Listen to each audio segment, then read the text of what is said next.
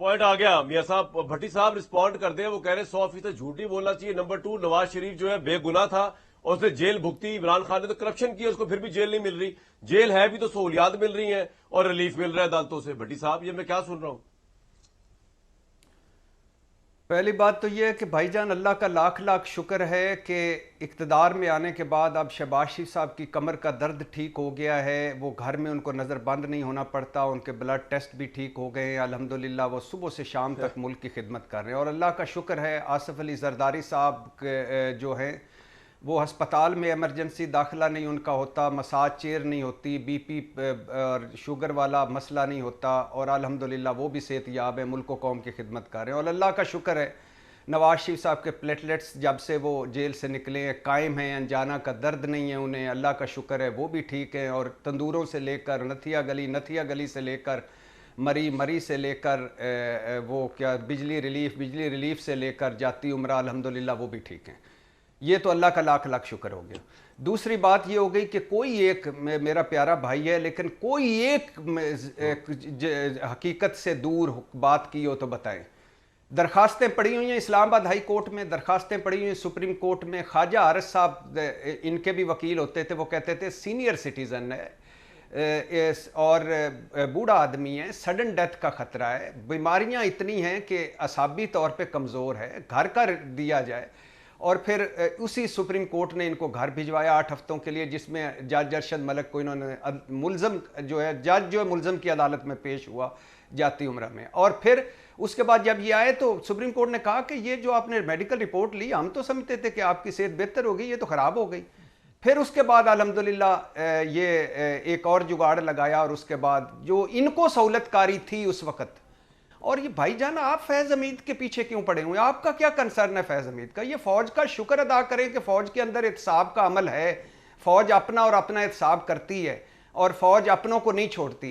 आपका क्या है, 16 महीने आप पहले भुगता गए थे और उसमें आप भी बेमहकमा वजीर थे और अब मेरे दुख है कि आपको महकमा कोई नहीं मिला, लेकिन आप बेमहकमा वजीर थे। उसके बाद आप निगरान हुकूमतें आपकी, उसके बाद ये RTS बैठ के आप बताया करते थे। कोई आपने तहकीक शुरू की, मरियम नवाज का कमरे का दरवाजा टूटा, कोई आपने तहकीक शुरू की, झूठे मुकदमे बनाए गए, कोई आपने तहकीक शुरू की और इस आर्टिकल 6 लगाने की बात हुई, कोई तहकीक शुरू, सिर्फ एक मिनट का आप कोई बात की।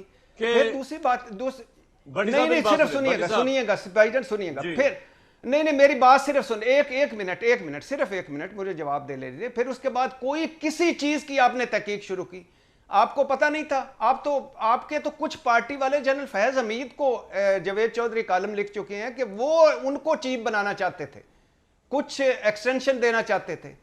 तो आप तो फैज हमीद का और जनरल बाजवा का शुक्र अदा करें। आप उनके वो आपके मोहसन हैं, वो उनकी वजह से वो इमरान खान के पीछे से हटे, आप इक्तदार में आए, आपने अपनी करप्शन स्लेटें साफ की।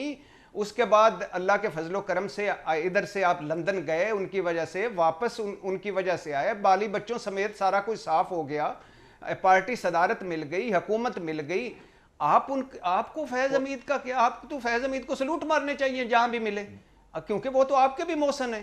ये ख्वाजा आसिफ साहब बता रहे हैं कि एस्टेब्लिशमेंट में की मदद से आ गया, आप ही बताते थे गारंटियों पर वापसी आ गई है। तो मियां साहब नहीं, आप मियां साहब जवाब देंगे ब्रेक के बाद। ब्रेक के बाद मैंने बड़ी बातें पूछनी है आप दोनों से।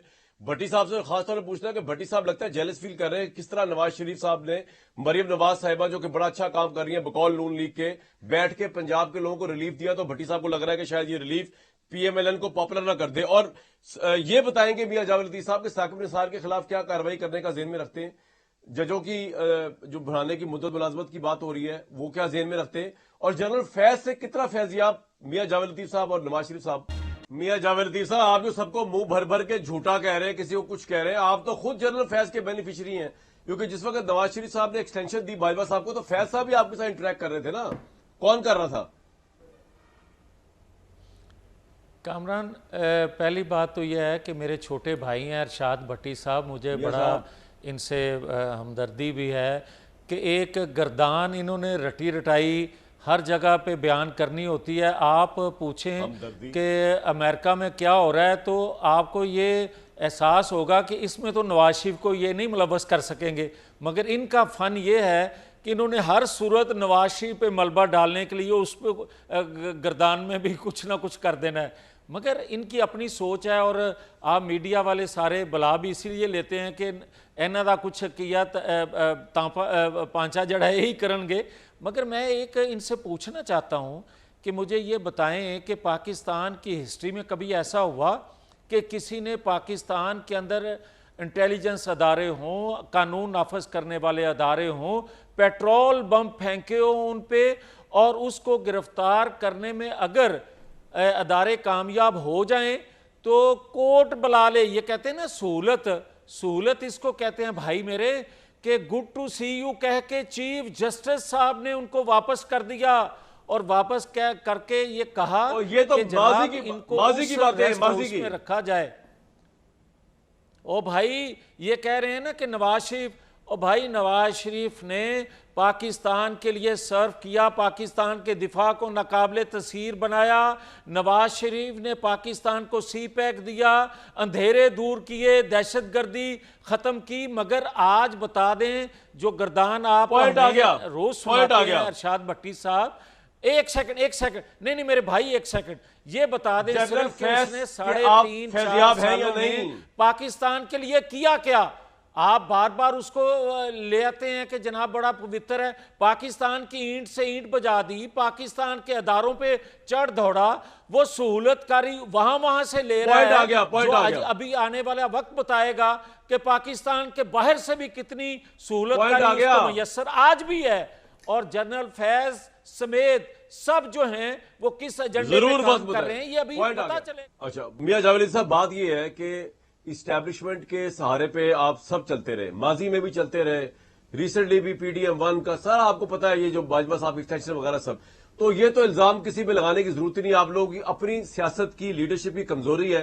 फौज की लीडरशिप जो है वो बड़ी वाइब्रेंट एनर्जेटिक होकर आती है, आप उसे मदद मांगते हैं, वो मुल्क के इंटरेस्ट में दे देते हैं। इस चैप्टर को छोड़े, उस हमाम में सब एक जैसे हैं, क्या आप और क्या इमरान खान।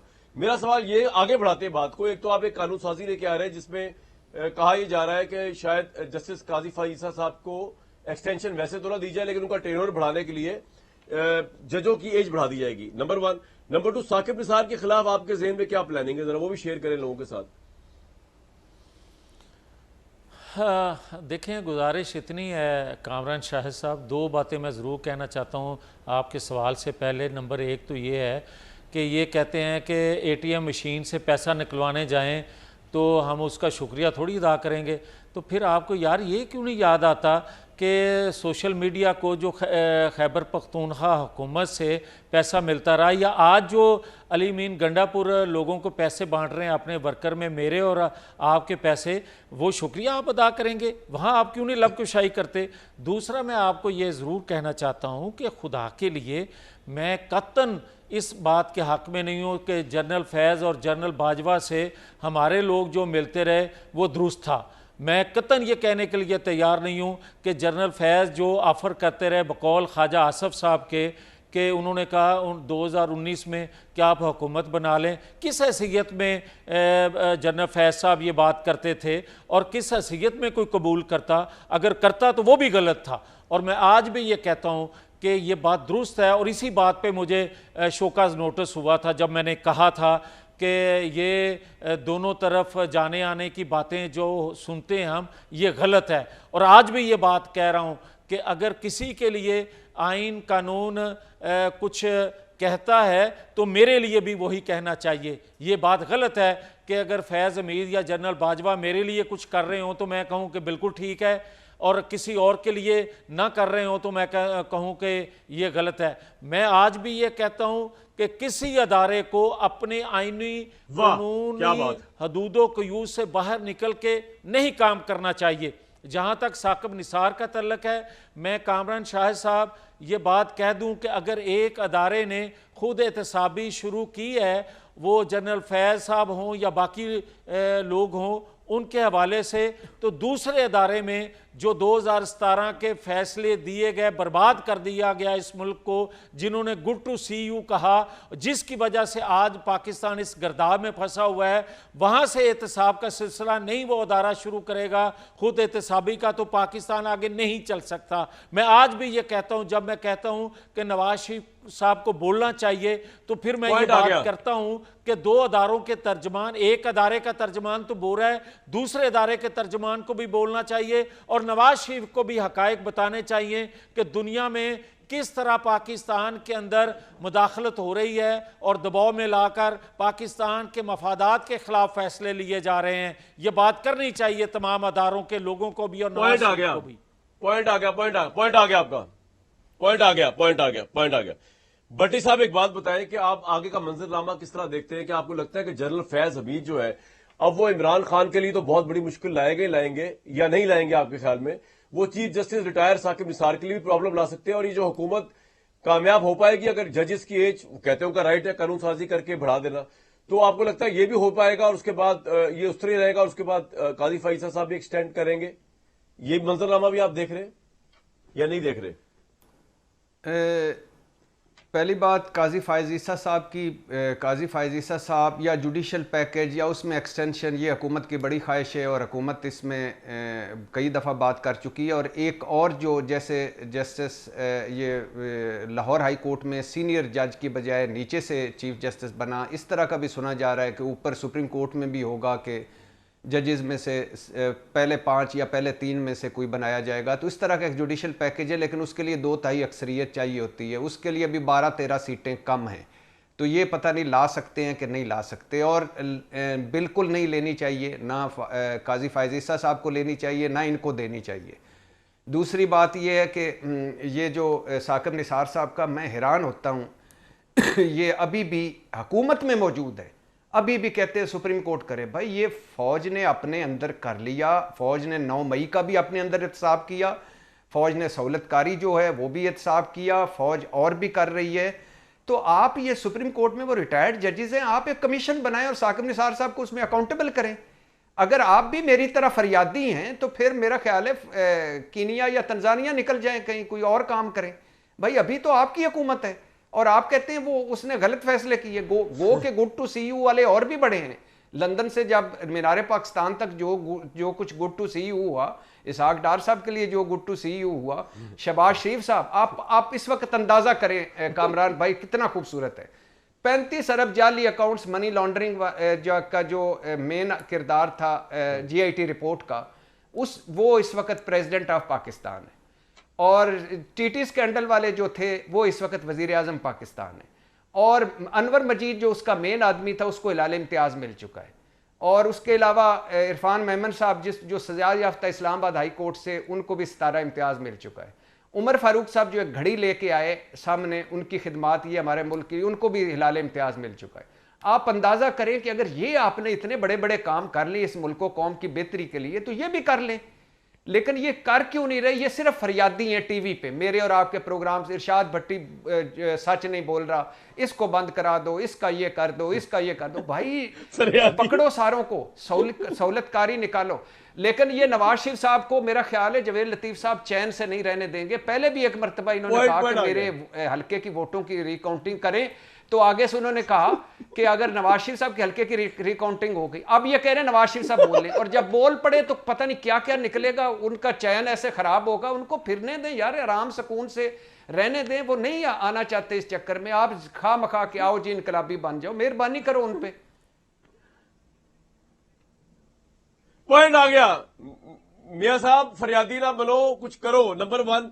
नंबर 2, मियां साहब मैं तो हैरान होना थोड़े थे कि जेड़े आसिफ अली जरदारी साहब हमारे लिए तो बड़े मोहतरम है, जिन्होंने थोड़ा वज़ीर आला पंजाब जो आज प्राइम मिनिस्टर पाकिस्तान है, वो लाहौर कॉलेज फॉर वुमेन जाके कह रहे थे कि अजहर बाबा 40 चोर ने, तुसी उन्हां नूं रखवाली ते बिठा दिता है उत्थे प्रेसिडेंट। यार तुसी कौन लोग हो? मेरे थोड़ी समझ नहीं आती। लोग जेड़े देख रहे होंगे, पंजाबी भी, सिंधी भी, KP वाले भी, बलोची भाई भी, साडे कश्मीरी भी, वो सोचते तो होंगे यार कौन लोग ने नून लीग वाले। यानी कि आप तुसी दलाइल नाल साबित किया कि करप्ट लोग ने, लेकिन क्योंकि तुहाडी हुकूमत जिहड़ी है इन्हां दे बगैर चल ही नहीं सकती, बन ही नहीं सकती। तुसी कह रहे हो तुसी प्रेसिडेंट भी बन जाओ, तुसी चेयरमैन सेनेट भी बन जाओ, तुसी पता नहीं स्पीकर भी बन जाओ, ਤੁਸੀਂ ਵਜ਼ਾਰਤ ਯਾਰ ਅਜੀਬ ਤੁਸੀਂ ਅਜੀਬ ਲੋਕ ਹੋ ਯਾਰ ਬਟ मियां साहब पता नहीं किस तरह आप फेस करेंगे अकाउंटेबिलिटी को आगे जाके करप्शन का पैसा जेब में डालना बेवकूफी है। कामरान आप तो ये बात करें समझ आती है, हाँ, मगर इरशाद भट्टी साहब ये बात करें तकलीफ होती है। उसकी वजह ये है कि इरशाद भट्टी साहब जो गर्दान रटी रटाई है वो इन्होंने ज़रूर कहनी होती है, आप जो मर्जी कर लें, मगर मैं ये ज़रूर इनकी खिदमत में अर्ज़ करना चाहता हूँ कि ये गर्दान तब्दील करें। बात उसकी वजह बता देता हूँ कि आपको याद होगा पनामा लीक्स, और पनामा लीक्स में जिसका ज़िक्र ही नहीं था उस 450 लोगों में, उसको तो आपने सज़ा फिर भी आप ना दे सके, उसको आपने बेटे से तनहा ना लेने पे सजा दी। मुझे जवाब दे जरदारी का जिक्र करें। आपने आसिफ अली जरदारी को प्रेसिडेंट बनाया हुकूमत देने के लिए, क्या माशाल्लाह क्या पॉलिटिकल करैक्टर है कि आपने इसको करप्ट तरीन कहा, ज़रब, इसका जवाब दे छोड़े भट्टी साहब। ਤੁਸੀਂ ਮੇਰੀ ਬਾਤ ਸੁਣ, रल के ना खेलो किसी ने दूजे ਨੂੰ ਗੱਲ ਕਰਨ ਦਿਓ, मगर मैं ये आपको ये जरूर कहूंगा कामरान साहब कि जो आप बात कर रहे हैं कि उन्होंने आईनी ओहदे ले लिया या लंदन ना बैठना सदर बन गए, वरना हमें बड़ा कुछ करना पड़ेगा वापस लाने के लिए। मेरे इख्तियार में नहीं है। आप समझते हैं कि जिस तरह मैं बार बार ये बात इतराफ़ जुर्म करता हूं कि भाई क्या हकीकत नहीं है इस हुकूमत का अरेंजमेंट, ये अरेंजमेंट हुकूमत वही है जो 8 फरवरी को अरेंजमेंट हुआ था। और आज भी ये बात कह रहा हूं कि अगर आज़ादाना इंतखाबात होने दिए जाते, सहूलतकारी जो आज पकड़ी जा रही है अदारों के अंदर और बहुत से अदारों में अभी रहती है, और बहुत से लोगों का एहतसाब होना बाकी है, बहुत सी सहूलत पाकिस्तान जो मुयस्सर है। भट्टी साहब ब्रेक से पहले कुछ कहना 8 फरवरी को अगर उसको ब्रेक, एक सेकंड, अगर उसको ब्रेक कर लिया जाता तो 8 फरवरी के नतायज मुस्लिम लीग नून के हक में होते। भाईजान ये जवेद लतीफ साहब मेरे भाई हैं, सर कितने हक में होते आपके लिए तो वोट डालने को नहीं निकला, ये भी बड़ी सीटें मिल गई आपको। जी भट्टी साहब ये ओ भाईजान ये अच्छा माशाल्लाह खुद की वजह से अच्छा ये भी सहूलतकारी थी, अवाम भी सहूलतकार थे अवाम भी सहूलतकार थे। जवेद लतीफ साहब ना कहो नवाज शरीफ साहब दे पीछे पे ने नवाज शरीफ दा चैन लुट रहे ने। मैं नहीं बात मेरा दिल का चैन अकबर बात कर रहे हैं। अरशाद मेरी शहजाद ठीक है सर, शहजाद अकबर साहब दी अगर ਤੁਸੀਂ ਗੱਲ ਸਾਰੀਆਂ ਮੰਨਦੇ ਹੋ ਤਾਂ ਉਹਨਾਂ ਤੁਹਾਡੇ ਤੇ ਕਰਪਸ਼ਨ ਦੇ ਇਲਜ਼ਾਮ ਵੀ ਲਾਏ ਸਨ, ਉਹਨਾਂ ਟੀਟੀ ਸਕੈਂਡਲ ਸਾਹਿਬ को बोल ਮੰਨ ਲਓ, ਨਵਾਜ਼ ਸ਼ਰੀਫ ਸਾਹਿਬ ਤੇ ਜਿਹੜੇ ਉਹਨਾਂ ਲਾਏ ਸਨ वो भी मान लो। ब्रेक लूंगा जी मैं। मियां जावेद लतीफ साहब, शायद भट्टी साहब की बातें आप सुन रहे थे, पता नहीं आपने एंजॉय किया या नहीं किया, मैंने बड़ा एंजॉय किया। नेक्स्ट वीक तक के लिए दीजिए इजाजत।